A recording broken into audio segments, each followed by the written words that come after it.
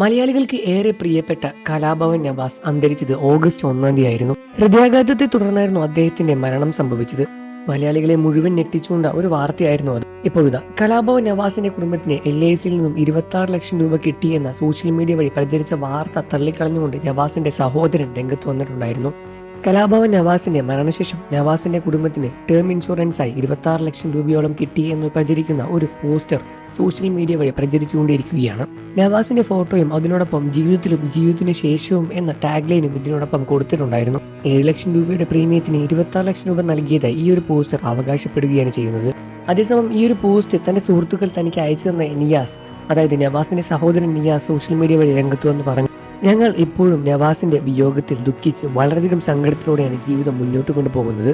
അതുവഴിക്ക് ഇതുപോലുള്ള വ്യാജ പ്രചരണം വാട്സപ്പ് വഴിയെല്ലാം തന്നെ പ്രചരിച്ചുകൊണ്ടിരിക്കുകയാണ്. ഇതിന് പിന്നിൽ ആരാണ് എന്ന കാര്യം ഞങ്ങൾക്ക് ഇതുവരെ അറിഞ്ഞിട്ടില്ല. LIC ഉദ്യോഗസ്ഥന്റെ അറിവോടുകൂടിയാണ് ഈ കാര്യങ്ങൾ നടക്കുന്നത് എന്ന് ഞാൻ വിശ്വസിക്കുന്നുമില്ല. ഇതിൽ LICയുടെ ഔദ്യോഗിക മുദ്രയോ ചിഹ്നമോ ഒന്നും തന്നെയില്ല. അതേപോലെ ഞങ്ങൾക്ക് LICയിൽ നിന്നും ഇതുപോലൊരു തുക ലഭിച്ചിട്ടുമില്ല. തെറ്റായ അവകാശങ്ങളും തെറ്റായ വാർത്തകളും എല്ലാം തന്നെ ഞങ്ങൾക്ക് ലഭിക്കുന്ന അവകാശങ്ങളെല്ലാം തന്നെ നശിപ്പിക്കുക കൂടിയാണ് ചെയ്യുന്നത്. നവാസിന്റെ കുടുംബത്തിന് ഇപ്പോഴും പല സ്ഥലങ്ങളിൽ നിന്നും അർഹമായ ചില തുക ലഭിക്കേണ്ടതുണ്ട്.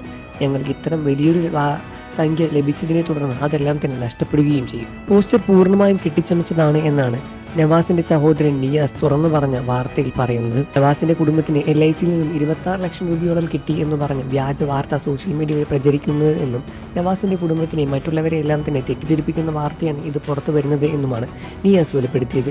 ഇത്തരമൊരു വ്യാജ വാർത്ത പുറത്തുവിട്ടതിനെ തുടർന്ന് നവാസിന്റെ കുടുംബം വളരെയധികം ദുഃഖത്തിലാണ് എന്നാണ് നിയാസ് പറഞ്ഞത്. അതേപോലെ തന്നെ ഇത്തരത്തിലുള്ള വ്യാജ വാർത്തയിൽ കൊണ്ട് തലവെക്കരുത് എന്നും ആരും തന്നെ വിശ്വസിക്കരുത് എന്നും നിയാസ് കൂട്ടിച്ചേർത്തു. ഈ ഒരു വാർത്ത കേട്ട് നവാസിന്റെ ഭാര്യ രഹനിയുടെ പ്രതികരണം ഇങ്ങനെയായിരുന്നു: ഞങ്ങൾക്ക് 3 മക്കളുണ്ട്. എൻ്റെ കുടുംബത്തിൻ്റെ നാഥൻ തന്നെയാണ് ഞങ്ങളെ വിട്ടുപോയത്. ഞങ്ങളുടെ നവാസ് പോയതിൽ ഞങ്ങൾ വളരെയധികം ദുഃഖത്തിലൂടെയാണ് മുന്നോട്ട് കൊണ്ടുപോകുന്നത്. നവാസൊക്കെ പോയതിനെ തുടർന്ന് ഞങ്ങൾ ജീവിതം വഴിമുറ്റി നിൽക്കുകയാണ്. അപ്പോൾ ഞങ്ങളോട് ഇങ്ങനെ ചെയ്യല്ലേ. ഞങ്ങൾ ജീവിതം മുന്നോട്ട് കൊണ്ടുപോകേണ്ടതാണ് എനിക്കുള്ളത്.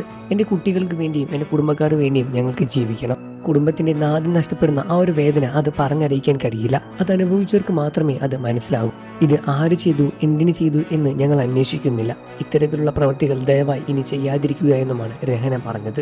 രഹനയുടെ വാർത്തകൾ കേട്ട്, രഹനയുടെ വാക്കുകൾ കേട്ട് സോഷ്യൽ മീഡിയയിലെ എല്ലാവരും വളരെയധികം ദുഃഖത്തിൽ തന്നെയാണ്. എന്തിനാണ് രഹനയ്ക്കെതിരെ ഇങ്ങനെ ചെയ്യുന്നത് എന്നും നവാസിന്റെ കുടുംബത്തിന് ഒന്ന് വെറുതെ വിടൂ എന്ന് പറഞ്ഞും നിരവധി പേരാണ് രംഗത്ത് വരുന്നത്.